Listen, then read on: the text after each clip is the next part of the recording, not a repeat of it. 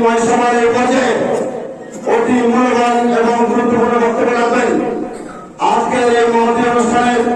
সম্মানিত প্রধান অতিথি বাংলাদেশ জাতীয়তাবাদী স্বেচ্ছাসেবক দলের সংগ্রামী সভাপতি, বিগত আন্দোলন সংগ্রামে রাজপথে জনাব তারেক রহমানের বিশ্বস্ত সুবর্ষা জিয়া পরিবারের অতন্ত্র প্রহরীর